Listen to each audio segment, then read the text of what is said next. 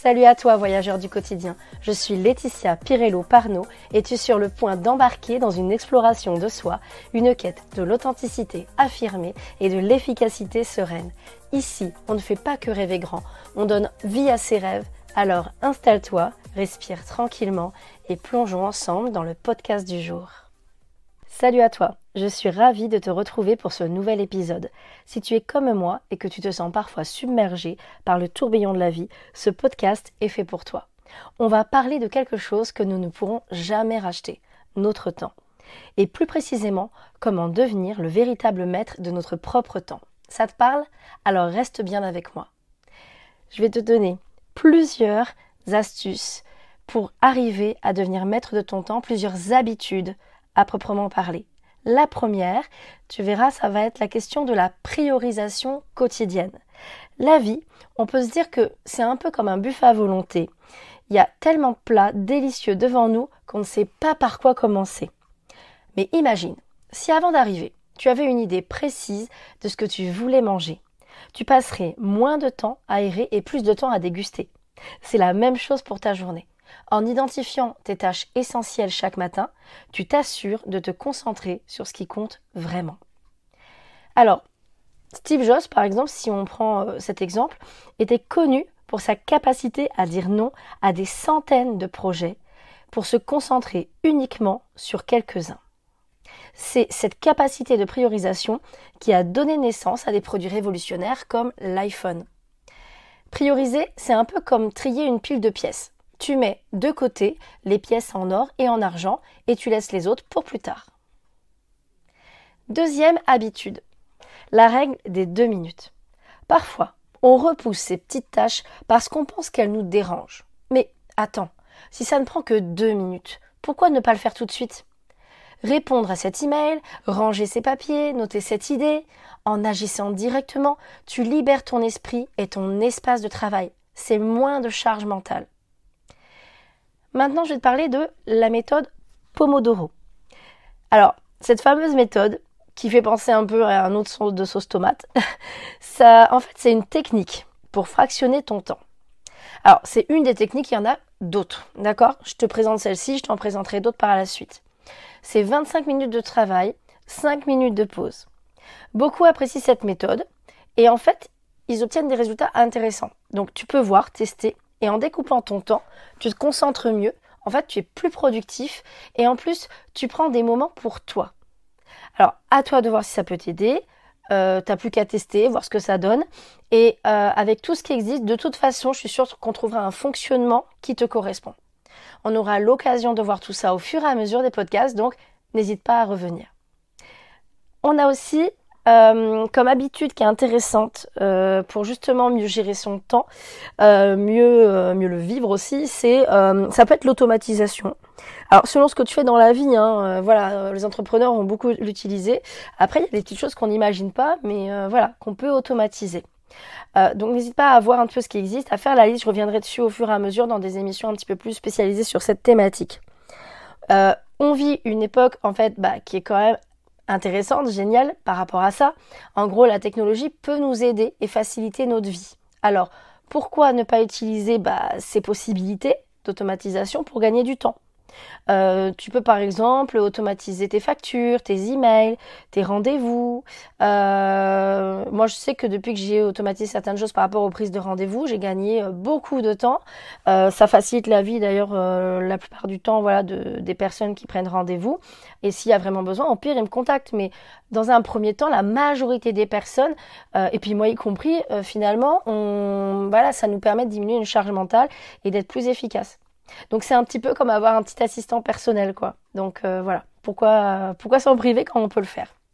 En tout cas, vous pouvez donner vos avis là-dessus et surtout ce que je vais vous donner, ça m'intéresse également. On va avoir aussi un autre moyen, une autre habitude qui peut être intéressante. Alors vous allez voir, je vais venir un petit peu dans la complexité de ça parce que en fait, c'est pas tu fais ça ou tu fais pas ça. C'est à un moment donné, de temps en temps, oui, on se donne un objectif et on voit ce que ça donne et ça peut nous convenir. Mais c'est aussi apprendre à adapter en fonction des situations et en fonction de notre fonctionnement et de ce qui marche pour nous. Donc là, ce dont je vais te parler, tu vois, je vais te donner aussi en quoi ça peut être intéressant aussi d'utiliser la technologie. Mais dans un premier lieu, je vais te parler de la déconnexion numérique. D'accord? Donc, parfois, la meilleure façon de reprendre le contrôle, c'est de tout éteindre. Voilà, de stopper, de faire une pause avec, par exemple, les écrans qui peuvent être de temps en temps un peu ce qu'on appelle des voleurs de temps. En tout cas, on met beaucoup notre attention dessus. Donc, s'accorder des moments, ça peut être sans smartphone, sans email, sans télé. C'est une façon de s'accorder des moments aussi de qualité avec soi et avec les autres. Donc, ça peut être effectivement dans cette idée d'éviter certaines distractions à certaines occasions. L'exemple d'un écrivain, par exemple, qui va justement désactiver Internet pour se concentrer sur l'écriture de son roman pendant quelques heures chaque jour, par exemple, et qui après des mois, à se dévouer à ça, peut enfin publier son roman parce que justement, il a pris le temps de porter son attention sur ce projet qui lui tenait à cœur. Donc, en gros, si tu veux se débarrasser des distractions, c'est un peu comme élaguer un jardin. Tu retires ce que tu ne veux pas pour pouvoir laisser les fleurs que tu as envie de faire prospérer, évoluer. Voilà. Donc, alors là où je te disais tout à l'heure qu'on peut voir les choses sous deux angles, c'est que à des moments quand même, la technologie, on l'a vu avec l'automatisation, ça peut aussi être avantageux. Si je prends par exemple Tim Ferriss, qui est auteur en fait d'un livre assez connu dans l'entrepreneuriat et la productivité qui s'appelle La semaine de 4 heures. Alors en fait c'est 4 heures mais c'est surtout qu'on peut faire même 20 heures ou 40 heures mais les vivre différemment. Et c'est de ça dont il parle dans ce livre. Et en fait il parle souvent des outils et des applications qu'il utilise pour optimiser sa productivité et pour gérer son temps. Et justement il a compris et il permet de comprendre aussi en quoi ça peut être intéressant d'utiliser la technologie à son avantage. Voilà. Donc c'est en gros comme avoir un GPS pour ta journée, il te guide, il te donne des raccourcis et il te prévient des détours. Donc ça peut être vraiment un plus. Alors parfois tu prends un peu de temps au début pour les comprendre, pour les mettre en place, mais une fois que c'est mis en place, c'est là que le gain de temps il est vraiment on va dire mesurable quoi. Voilà. Je vais te donner une autre habitude. C'est celle des révisions. En fait, de pouvoir réviser de façon hebdomadaire ce que tu as mis en place et voir après en effet faire une sorte de feedback, un petit retour, un petit recul sur la situation pour voir si t'es bien, si ce que tu mets en place est optimal et adapté à toi. Donc en gros, chaque semaine. Le but, c'est de prendre un moment pour faire le point. Il y en a qui se mettent des CEO time, des sortes de moments où ils vont prendre un peu de recul sur leur entreprise. Tu peux le faire aussi dans ta vie, en fait. C'est vraiment un moment intéressant où tu te demandes, tiens, qu'est-ce qui a bien marché cette semaine ? Qu'est-ce qui nécessite une petite ajustation, un petit ajustement. Cette révision te permet donc d'ajuster ce que tu mets en place, d'une certaine manière un peu ta voilure et de naviguer encore plus efficacement les semaines qui vont suivre. Voilà. Donc une fois par mois, une fois par semaine, tu peux mettre ça en place, quelques minutes par jour. Tu peux adapter en fonction de ce qui t'aide. Mais ça vaut vraiment la peine d'essayer. Moi, je vois de mon côté, c'est vraiment ce qui nous fait aussi aller vers des choses qui nous conviennent plus, qui sont plus efficaces. Ça joue beaucoup. Je vais te donner 3 astuces, 3 habitudes bonus. Voilà, donc là j'ai décidé de t'en donner 3 de plus, histoire que tu repartes avec le maximum d'infos et de valeurs pour que tu puisses voir ce qui fonctionne pour toi. Donc la première de ces astuces bonus, c'est la planification stratégique. Ça rejoint un petit peu ce qu'on vient de dire.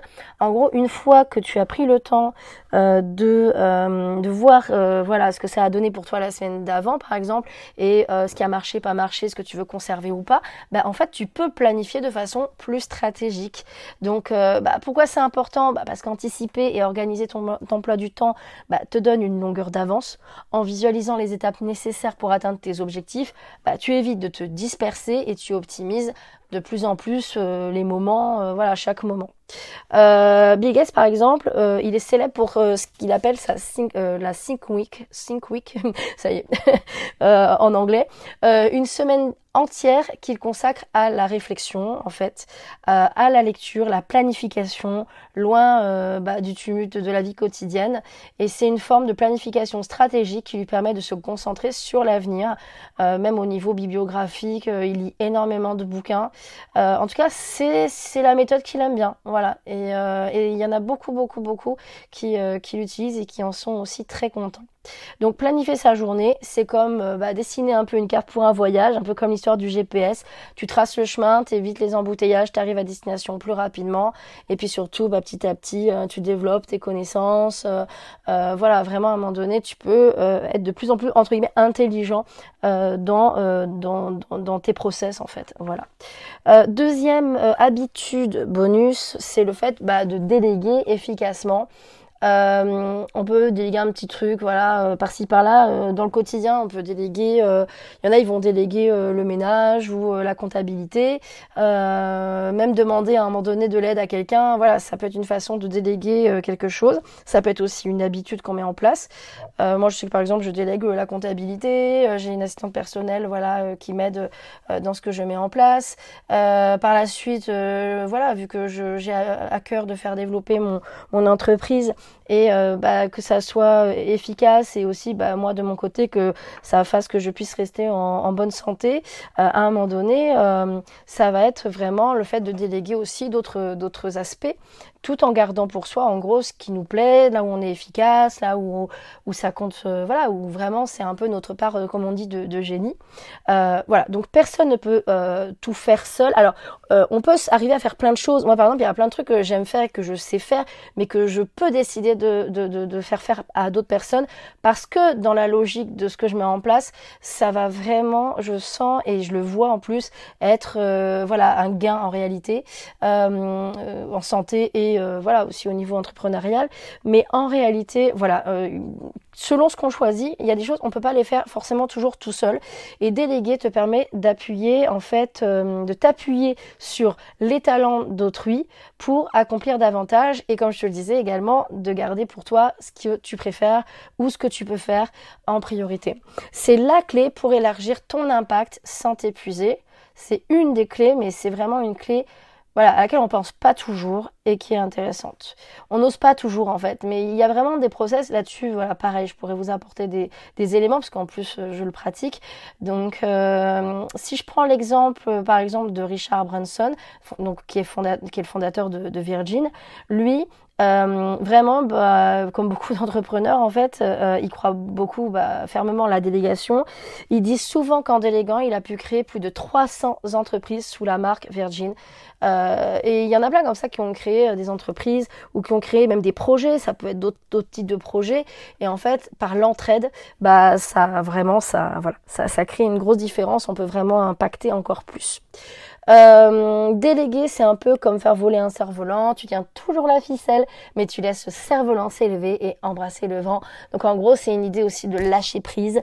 Tu peux être maître d'orchestre, voilà. Et ça s'apprend. Et ça s'apprend petit à petit. Mais à un moment donné, le but, c'est que ça te permet aussi d'accomplir ce que tu veux accomplir, tout en pensant à toi, au système, à la santé de ton entreprise, à la santé de ton quotidien, on va dire, et de toi-même. La dernière habitude bonus, c'est la question de la pause et aussi de cette idée de réflexion, mais ça peut être aussi une pause, une pause un peu par défaut, ce qui est positif aussi. Dans le tumulte en fait de nos journées qui sont souvent quand même assez chargées, s'accorder des moments de répit renouvelle notre énergie et affine notre vision. Et dans ce fameux mode par défaut, ça a été reconnu au niveau effectivement des neurosciences et de la psychologie. À un moment donné, on sait qu'il y a beaucoup de choses qui se mettent en place, qui sont nécessaires pour la créativité, pour la résolution des problèmes. Aussi, en fait, c'est pas un moment où il se passe rien dans le moment par défaut, mais c'est un moment où on peut réellement avancer dans son quotidien, dans sa vie, parce qu'on a pris ses pauses. Alors il y a des personnes qui les vivent pas toujours bien quand elles ont beaucoup de cogitation, beaucoup de problèmes, ça fait beaucoup d'un coup. Et là c'est vrai que la pause peut être pas forcément toujours bien vécue. Dans ces cas-là, il y a vraiment des pistes pour améliorer ça. En gros, soit voilà, dans l'idéal, faut régler les problèmes qui sont pas réglés, prendre le temps nécessaire pour ça. Et après, il peut y avoir aussi des troubles, voilà, troubles obsessionnels, de l'anxiété. Voilà, c'est des choses qui s'améliorent, qui se travaillent très bien. Moi, je vois dans l'approche que j'utilise en thérapie comportementale et cognitive, notamment intégrative, mais aussi avec cette approche, c'est des choses qu'on améliore petit à petit du moment que voilà, les personnes s'impliquent et même si ça prend du temps, le font régulièrement. Et il y a des cas où ça avance très vite et très bien. En gros, voilà, c'est important qu'il y ait ces petits moments de pause réguliers. Et c'est en se ressourçant qu'on aborde les défis avec une perspective fraîche et renouvelée. Donc vraiment, voilà, autre habitude. C'est normal, tu vas pas mettre toutes les habitudes en place en même temps. D'ailleurs, souvent, on arrive à bien maintenir une habitude dans le temps si on n'essaye pas de toutes les mettre en même temps. Voilà, ce qui est déjà acquis, tant mieux. Ce qui n'est pas acquis, des fois, on doit y revenir. Et puis, ce qui est intéressant, c'est de partir sur ce qui est le plus faisable, presque même facile à mettre en place. Et si c'est difficile, pourquoi pas le découper en étapes, se dire, allez, on va vraiment y revenir plusieurs fois pour que ça s'intègre. Faut que ça ait du sens aussi pour toi, pour que ça puisse s'intégrer d'ailleurs. Hein. Voilà. Donc, pour ce qui concerne comment je pourrais un petit peu t'éclairer ça, en fait, si tu prends l'exemple de Oprah Winfrey, elle a souvent parlé de cette importance dont elle a pris conscience en fait de prendre un moment pour elle, que ça soit pour méditer, pour se connecter à elle, en fait, elle a dit que ça l'a vraiment aidée à rester centrée et concentrée, donc des bons ingrédients pour être épanouie et aussi avancer dans sa carrière. Hein, je suppose et j'en suis même sûre. Voilà, donc prendre une pause, c'est comme mettre un marque-page dans un livre qui peut être passionnant ou plan-plan, mais bon, dans ces cas-là, autant essayer de voir si on peut changer de livre. Mais en tout cas, tu sais que tu y reviendras, mais que tu as besoin de souffler un peu, quoi, de faire autre chose, de voir autre chose, et de revenir. Et derrière, souvent, on a plus d'énergie quand on a fait des pauses régulières. En tout cas, je tiens vraiment à te rappeler pourquoi il est si crucial de maîtriser notre temps. Mais avant ça, je vais te rappeler rapidement les habitudes dont je t'ai parlé. Donc, on va avoir la question de prioriser au quotidien ses tâches. La deuxième habitude, c'est la règle des 2 minutes.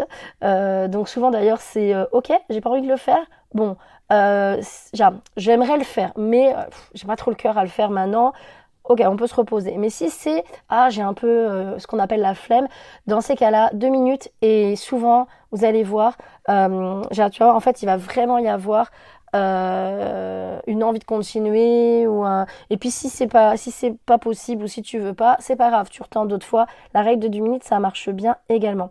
La méthode Pomodoro aussi, l'automatisation, la déconnexion numérique, on a aussi le fait de prendre le temps de faire une petite révision, un petit bilan au moins hebdomadaire, ça peut être vraiment un bon rythme, la planification aussi stratégique, déléguer et bien sûr faire des pauses. Voilà, donc ça c'était les habitudes. Donc j'espère que ça va vraiment pouvoir t'aider. Si tu as besoin, tu reviens vers moi et puis de toute façon je vais apporter encore plein de précisions sur d'autres techniques et pour préciser ces techniques-là. Donc c'est une des clés de voûte en fait de notre épanouissement, de prendre le temps comme ça, de maîtriser son temps. Chaque moment passé à s'inquiéter, à stresser, à courir est un moment où on n'est pas vraiment présent. Et être présent, c'est vivre pleinement en fait. Donc tu mérites de vivre chaque seconde, chaque minute, chaque heure de ta vie en étant davantage maître de ton temps. Après, oui, il y a des fois on y arrive moins, mais tu vas voir, petit à petit, tu peux vraiment être beaucoup plus à l'aise dans tout ça et tu verras que tu pourras même encore mieux accepter les fois où tu n'y arrives pas. Mais parce que tu sais que tu peux y arriver. Voilà, donc c'est ça qui est assez subtil mais qui est intéressant. J'espère que ces 6 habitudes, et bonus, je t'en ai donné 3 en plus parce que j'avais envie de t'apporter encore plus, te donneront les clés pour devenir le capitaine de ton avenir temporel. Si cet épisode t'a plu, n'hésite pas à revenir, à partager, à mettre 5 étoiles et à ajouter un commentaire. Ton retour est précieux et me permet d'avancer avec toi. Et surtout, reste à l'écoute pour le prochain épisode, un sujet qui me tient vraiment à cœur et qui, je pense, pourra aider pas mal de monde, à savoir les 7 domaines de vie où le burn-out se cache en silence. Ainsi, ça sera l'occasion d'explorer des zones souvent négligées où la fatigue et le surmenage peuvent s'installer sans qu'on s'en rende compte, et c'est pour ça que c'est important d'en parler et d'y revenir. C'est en lien avec le temps et avec la santé mentale, et je pense qu'on est vraiment, tu vas pouvoir avoir beaucoup d'éléments avec ce prochain épisode pour apprendre à gérer ton énergie, et puis si tu veux pas ou si tu as vécu des moments d'épuisement, ça peut être assez intéressant. À très vite en tout cas, et d'ici là, prends soin de toi et de ton temps, et n'oublie pas de vivre libre et rêver grand. Voilà, c'est déjà la fin de notre aventure d'aujourd'hui. N'oublie jamais que chaque jour est une nouvelle opportunité pour grandir, pour briller, pour être toi, encore plus assumé, à l'aise dans chaque situation et sereine. J'espère que tu as emmagasiné un peu de magie pour ton quotidien. Alors, garde cette énergie, propage-la autour de toi et surtout, reviens-nous très vite pour un nouveau voyage ensemble. À très bientôt et n'oublie pas, reste audacieuse, reste vraie et surtout, reste toi. À très bientôt pour un nouveau podcast.